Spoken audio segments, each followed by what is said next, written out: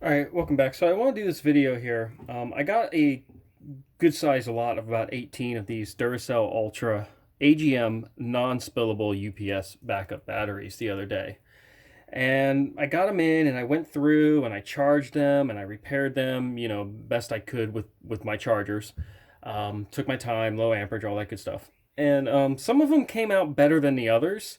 Some of them came out in the 300 plus, but a lot of them were coming up 150 amps or 150 to 200, maybe 250 cold cranking amps. Now, these batteries don't have a rated cold cranking amp, so I'm kind of flying blind here a little bit. But I noticed that all these batteries, when I got them, despite the fact that they had been sitting for months and probably well over a year at this point, they were all still holding good volts. Like they were all holding between 12 and 13 volts. I think the lowest was like 12.4 volts. And I couldn't understand how I was getting such low cranking amps and such a solid amount of volts despite sitting for so long. And I do know that these were used in one of the pipeline backup generator stations for when the pipeline goes down and they need backup power. And those stations generally sit in the sun, beat all the time. And I thought to myself, before I go ahead and scrap the worst and the worst of these batteries, let me just go ahead and let's just play around with them for a little bit. I picked them up for almost nothing, like $13 a piece. So let's just do some experimenting and play around with them. And so that's what I did. And come to find out, I think all of these batteries are just mostly bone dry simply from sitting for so long and sitting in a very hot area for so long. I don't think they've actually been electrically used or drained much at all. I think they just sat. So we're going to go ahead and I'm going to show you what I did, and I found out some very interesting results when I added water to them. So we're going to go ahead and take this battery. Now I've not added anything to this battery yet, and we're sitting at 12.93. We're going to go ahead and do a quick AGM cold cranking amp real fast to show you where this battery is at before I give it some extra juice, some extra electrolytes. And we're measuring 361 cold cranking amps. So what I did now, and we're just going to remove these terminals real quick so I can get in here properly. And all I did was just, a quick 1,000, 2 1,000, 1,000, 2 1,000, 1,000, 2 1,000, 1,000, 2 1,000, 1,000, 2 1,000, 1,000, 2 1,000. So roughly a 2-second interval shot of water there because I don't have anything to really measure by. I'm kind of doing this in the dark. So forgive me that I'm not as scientific about it as some. So we're going to go ahead, and as you can see, the volts actually dropped a little bit, and that's something I notice each time doing this. I think we were at 12.95, 96. Now we're down to 12.92, 12.93. We're going to go ahead and do a quick cold cranking amp test out of this. Keep in mind, I've not let the water sit at all. And we're already up to 532. So what was that? An easy boost of 100 and almost 50 cranking amps, right? 350, 450.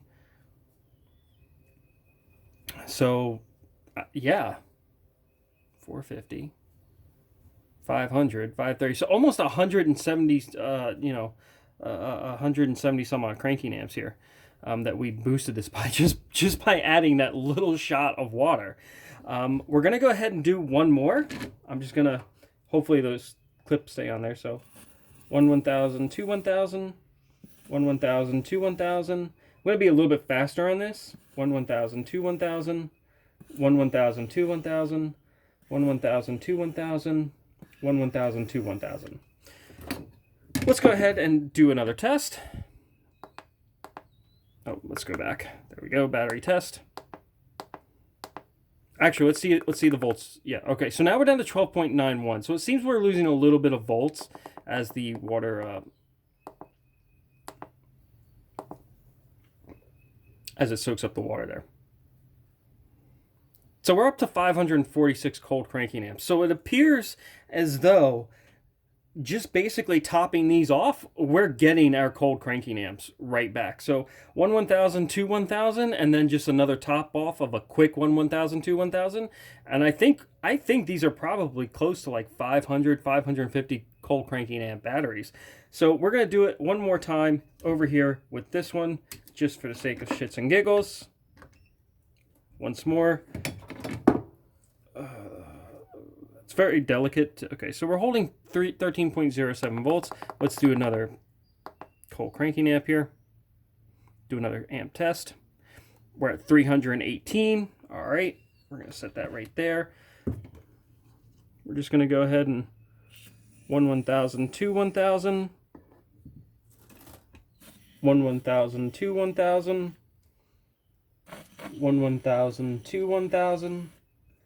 1,000, 2 1,000. 1,000, 2 1,000. 1,000, 2 1,000. And like I said, these batteries weren't swollen. Like, I couldn't figure out what was going on. They didn't appear damaged. None of them appeared to be warped.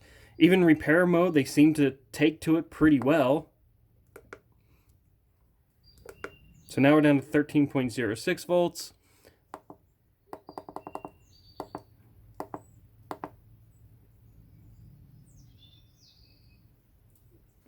This one did not come up as much, 397. So we're going to go ahead and do another little top off.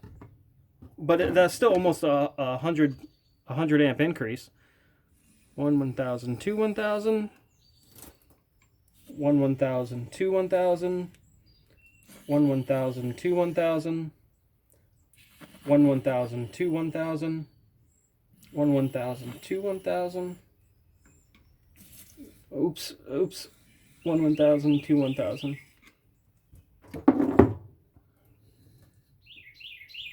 Let's go ahead and do another test here. 13.05.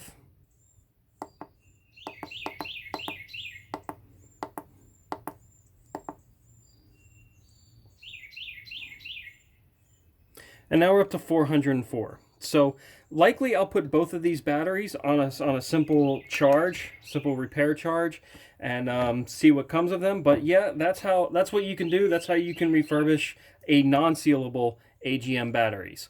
There seems to be some talk online that you can't top off an AGM battery because they're sealed. But you know, everything's a mystery online anymore. So this is how I did it. Maybe you can do this at home. Good luck out there.